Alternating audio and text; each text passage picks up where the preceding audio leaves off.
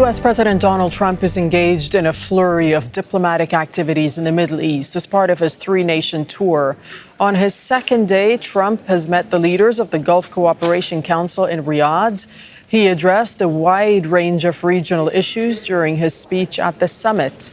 Trump told the council of his plans to negotiate with Iran. Everybody at this table knows where my loyalties lie, always have. They'll never waver, never. And we'll stand with our friends and partners and we'll confront the aggression that threatens us all. I want to make a deal with Iran. I want to do something if it's possible. But for that to happen, it must stop sponsoring terror, halt its bloody proxy wars, and permanently and verifiably cease its pursuit of nuclear weapons. They cannot have a nuclear weapon. Well, in his speech, the Saudi Crown Prince Mohammed bin Salman asked Trump to cooperate with GCC countries to de-escalate tensions in the Middle East.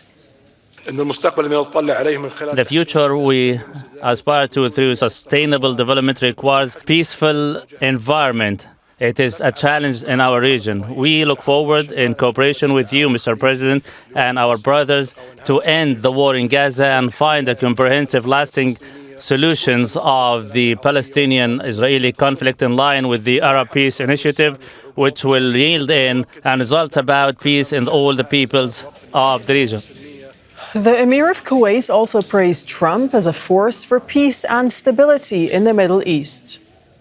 This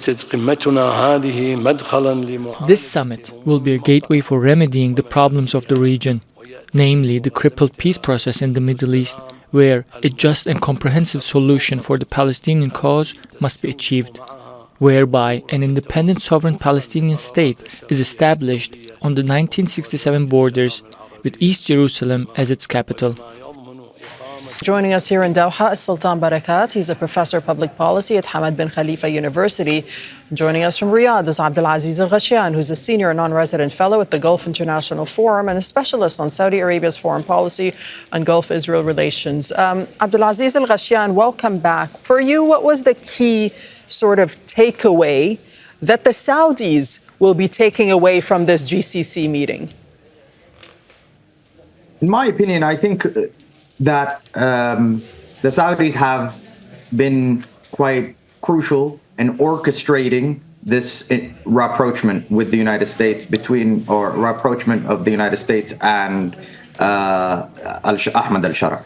I think it is illustrating, in my opinion, also that the fact that they are becoming, far more proactive in their diplomacy, and they're actually beginning to illustrate the real leadership qualities and also the real leadership leverage that they could bring to the table. And it was something that I was kind of trying to touch upon in the previous discussion that we had, was that, in my opinion, the Saudis feel more confident that they could begin to use their leverage because I think they're hearing the right things. They've heard the right things from al-Shara, that, he is someone that is trying to push Syria into the right direction, a direction that they feel aligned with. He is someone that also is trying to make sure that there's regional security, and that regional security is good for Saudi Arabia and the Saudi 2030 vision, and of course everybody else in the Gulf. And therefore, I think that you could see now the difficulty of trying to orchestrate some of these dynamics, but also, in my opinion, I think it just also, it is yet another reminder that if one knows how to speak to the Saudis, they could then start getting a lot more and elicit a lot more of cooperation from them. The second thing that I think that was very important was the manner and how they brought up the situation in Palestine and the Palestinian state and the atrocious events that are taking place in Gaza right now. In my opinion, the Arab states, GCC states, feel more comfortable in articulating to the Trump administration their desire for a Palestinian state and their need for a Palestinian state, and in the Saudi case, their prerequisite for normalization with Israel through a multilateral framework. Now, this provides both a boost and a strength of position due to the to the multilateral position, but also it avoids kind of the costs that may incur in a bilateral relationship. So I think this is what we've seen.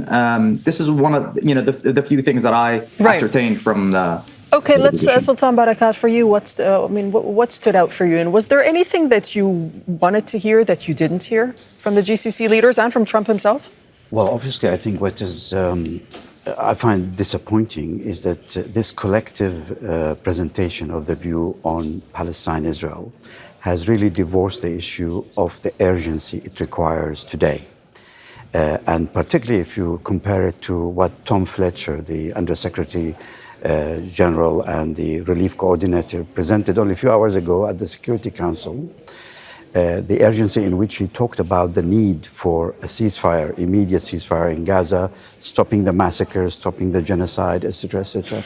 All of that language, unfortunately, was not there. And you can understand diplomatically, they, as Abdulaziz was saying, they don't want to put their head unilaterally above the parapet and ask for it, although maybe Kuwait got the closest to doing that.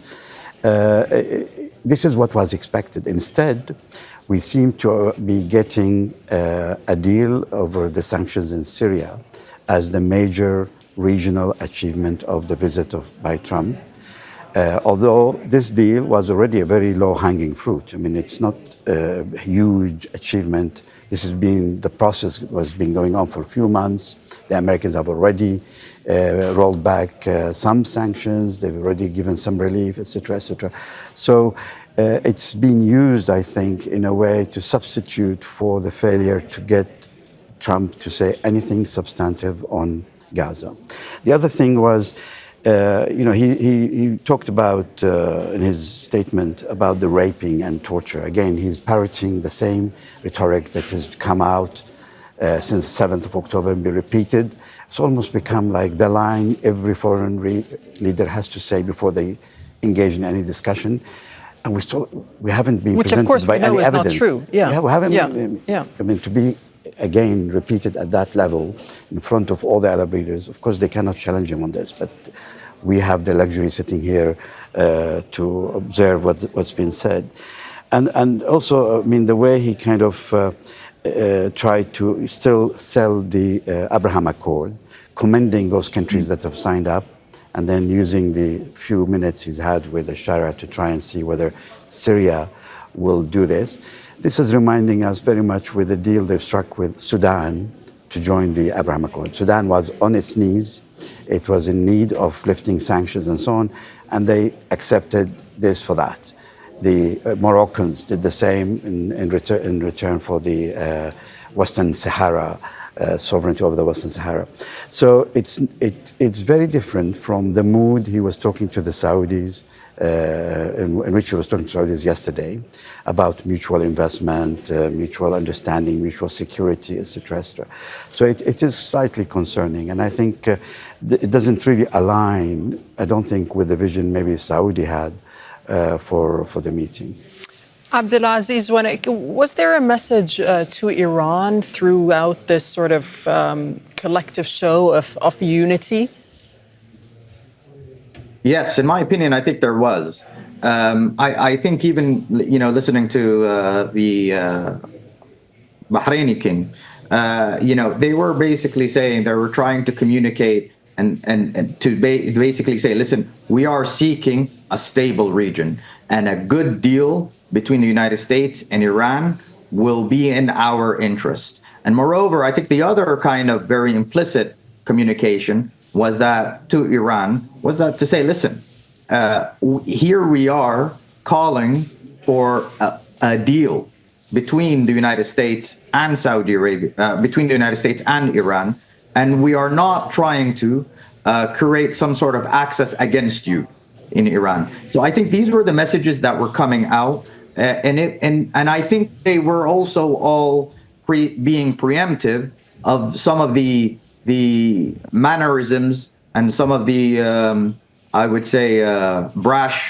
discussions that Donald Trump likes to say sometimes about Iran. It's contradicting kind of discourses where he's basically saying we want a deal, and then the next second he's saying, well, we're gonna strike them hard. So I think they were really trying to balance between this position, but I mean, more importantly, they were trying to communicate the fact that Yes. All right. We are seeking a deal here. We're not seeking a confrontation. Sultan Barakat, on the issue, on the point that you were making about Palestine not being featured enough. I mean, Donald Trump now heads to Qatar. That's his next stop, where we know there have been talks taking place on a potential ceasefire. Do you expect any sorts of big announcements on the situation in Gaza when Trump is in Qatar? I hope so, but I'm not sure. I think that was the opportunity with the Gulf states because we needed as Arab countries to tie stability, prosperity to the end of conflict in Palestine. And that conflict cannot be talked about in absence of stopping the murdering that's going on at the moment. I mean, today also, there's been a bombing yesterday, and tens of young children, women, men being killed. And as I said earlier, it has been used by Netanyahu to assert who is really in the driving seat here. It's saying, you go ahead, talk and play with the Americans as much as you like, exchange, give them money and so on. But ultimately, it is I who decide when it comes to the security of Israel. And that also includes his recent threats to attack 3 ports in Yemen, and the way in which he's issued evacuation orders in Yemen for people living in 2,000 miles away to say, look, we're going to hit you. And he's doing this while the American president is in the region, shaking hands, presenting a friendly face of the United States to the Arabs, and explicitly saying that his loyalty lies with the Gulf states. But I think he meant vis-a-vis Iran, but not necessarily Israel. Their loyalty is with the Arabs. Okay, we'll leave it there. Sultan Barakat, Abdulaziz al-Ghashian, thank you so much for your time. Thank you. Make sure to subscribe to our channel to get the latest news from Al Jazeera.